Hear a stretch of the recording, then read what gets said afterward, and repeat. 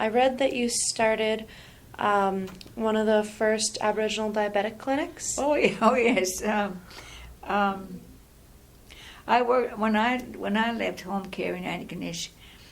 I really didn't want to leave home care. I loved it, and then Eskasoni Health Center was calling me. They said there was a job opening, and I think I was finding home care very hard because we had to do evening shift. And I remember doing night shift one weekend, and I found that really hard. I remember driving Antigonish to town 2 o'clock in the morning to see a lady with cancer. We were doing morphine infusions back then, and I started thinking maybe I should just retire from nursing or try something easier, not easier, something Different. not as strenuous as what I'm doing here. So when then Eskasoni called me and they had a job for me. So I took leave of absence from home care, and I took on that job. And I remember when I was working there, I was the only one with my degree in nursing. But I found it almost overwhelming, but I adjusted to it because it was very hard work, because we worked with all different age groups, which we did here at Antigonish. But the biggest thing was there were so many diabetics, and I was always interested in diabetes. And there was a study done by a doctor from Dr. Setu Reddy. There was a study done on diabetes in 5 Aboriginal communities: Chapel Island, Eskasoni, Nyanza, Waikagma, and St. Membertou. It was done in 5 Aboriginal communities. And just when I started, see how God works in our lives, just when I started my job, and I was concerned with the number of people with diabetes, and they were not getting good care because there was nobody with any knowledge or any expertise in diabetes. Yeah. There were nurses there, but they were mostly working with children because there was not that many nurses there at that point. In fact, I did home care for a little while when I first started. But so when the study was released, there was 900 people with diabetes and IGT, which is impaired glucose tolerance, which eventually leads to diabetes anyway. And there were 900 people with diabetes. That's 1/3 of the population. Population was 3,000 then. So then I knew in my own heart, we should do something, but what? And then there's another scary statistics.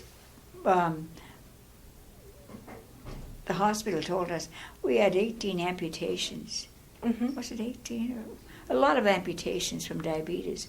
So that kind of was a red flag for us too, plus what was released from the study. So then the band asked me if, no, actually, it was the chief and council asked me would I do something about diabetes. And of course, my first question was, what do you want me to do? Well, they said, well, you're the expert. I was not an expert in diabetes. So I went to the meeting, and they kind of outlined what they want me to do, which was no help because they didn't know anything about diabetes. So I went back and I said to them, I don't think that was just, to me, that was such a big problem, and what was I going to do with it? So then I thought about it, and I said, okay. I talked to the chief. I said, I'll give it a try, but you got to let me do it my way. He said, sure, do it your way. You're probably the only one who knows what to do. I said, no, I don't. So in my own mind, I was saying, by that time, I was trying to help people with diabetes. I was sending people to the regional, and they were coming back couldn't tell me what happened.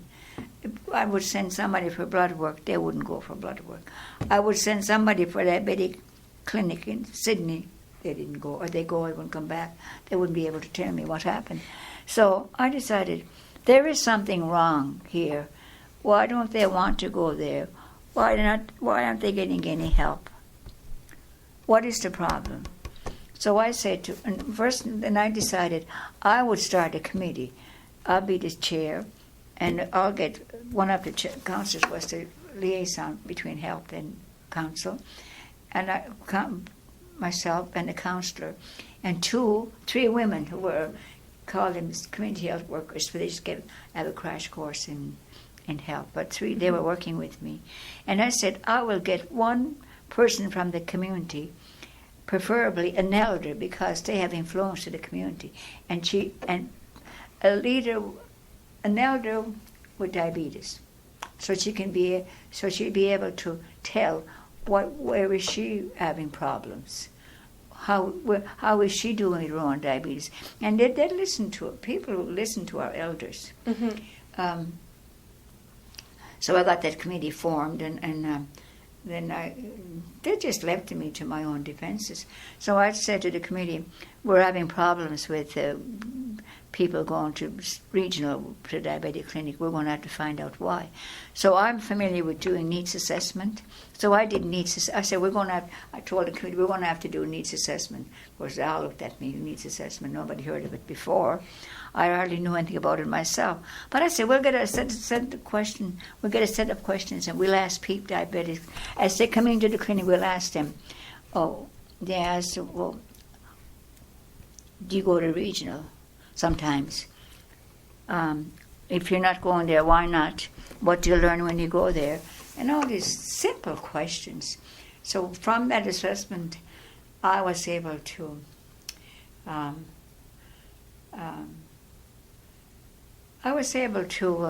identify the need there. And from looking at the answers, the 3 reasons surfaced for me. One of them was language barrier. Mm-hmm. They didn't understand English very well. The distance, it was so far to go. It's a 45-minute drive. And third one was culture insensitivity. And I got into trouble over that. And I said, when I say culture insensitivity, I'm not pointing finger at anybody. I said, it's just that people at the diabetic clinic in Sydney, they're not racist or anything like that. I said, they just don't understand our culture. Mm-hmm. That's why there's such a conflict between 2 cultures. Neither understood the other. Yeah. So anyway, they now is to get the funding. But when I applied for the funding, I had a hard time getting funding, but chief and council wouldn't give me any money to run the clinic. I did it my way with the fundings. I was doing proposals all the time. Mm-hmm. That's how I kept the clinic going. But I organized the clinic, and I knew what the needs were, and we start. And they gave us they gave us one time. They gave us an old building. They gave us an old building, all abandoned school, to do our clinics in a gym. Mm-hmm. And it wasn't bad. We fixed it up. It was quite nice. So one weekend, when I started this clinic, I wanted to involve all the diabetic educators in the area, because they're the ones that are teaching these people. Mm-hmm. And I want them to come out and see what it's like at our end. Mm-hmm. So anyway, we got this old abandoned schoolhouse. We fixed it all up, and I got the clinic going. I decided we should have a clinic open 5 days a week, and we encourage people. We advertise it. People come to get their blood pressure checked, their blood sugar checked, their cholesterol checked, and their weight. And these are 4 things we were doing. And people started to come very reluctantly. We used to call ourselves Maytag men, because Maytag men, their washer works so well that nobody comes. So we call ourselves Maytag men. Nobody was coming. But finally they started to come. Native people are very different. They have to trust you. Mm-hmm. And I think they trusted me. That's the only reason that clinic got off the ground and was so successful. Anyway, very first, and I said, after a year, I got this clinic going and I got all these things in place, Ben was able to give me permission to hire a nutritionist, dietitian, because I was trying to teach nutrition myself, and I didn't know first thing about it. I was up after night trying to learn what I was going to teach tomorrow morning, eh? So first thing I did, I got a nutritionist to work with me. It was like gold. It was so good to have her. Anyway, we got our clinic going. People started to come. We started keeping records, and we built up our clinic. We had a schedule. And I was able to bring in the services. I got a dietitian. Then I was able to get foot care, which is very important for people with diabetes. Then I was able to work with the doctors. Those are three things that I was able to coordinate the services. And then eventually people used to go to Sydney for blood work. So we managed to bring blood collection to Eskasoni at the health center. Somebody would come from the lab and do the blood for the people in the community. So we had all these services coordinated, which was great. Then I think I was crazy. I said, we're going to have education session. They all looked at me. I had people coming from Halifax and everywhere for this. But this is what happened before. We had this old abandoned schoolhouse, and the drug traveler from Eli Lilly came. She said she would work with me. She came from Halifax. She came one Sunday, and it had rained Friday. And she came, and she had on white slacks and white shoes. We went to this old abandoned schoolhouse where we were supposed to have our clinic. We were up to our ankles in water. Everything was ruined. Oh, no. All the stuff we put on the walls. Oh, it was so discouraging. It was discouraging, but it was funny too. She's standing in water in white shoes. Two of us roared out laughing. It was so funny. Anyway, we had to cancel everything. Yeah. So when I think people felt sorry for me. We have a big we call it NADICA, Native Alcohol and Drug building, where we have our people with addictions go there.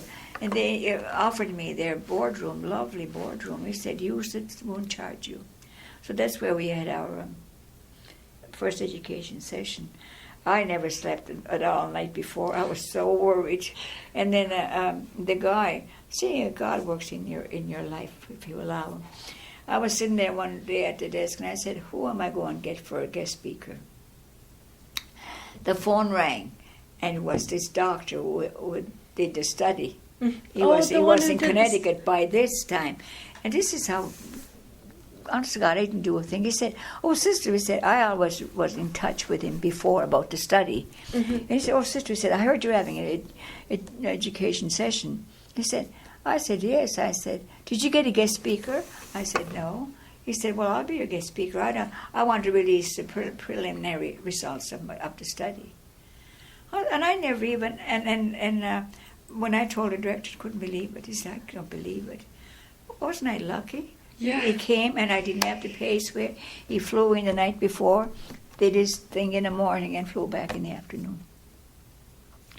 And it was a real successful diabetic clinic. I bet they never had one since then. We had people coming from Halifax, all these diabetic expertise, people with diabetes. That's wonderful. Yeah, that was one. And then now, the diabetic clinics, they have a doctor there now, and it's much on bigger scale, and it's expanding all the time. But still, when I left, they had people attending clinic because I speak the language. And that was a big plus for the people there. Now, when a person replaced me, didn't have the language. It kind of went into a slump a little bit, but it's picked up again.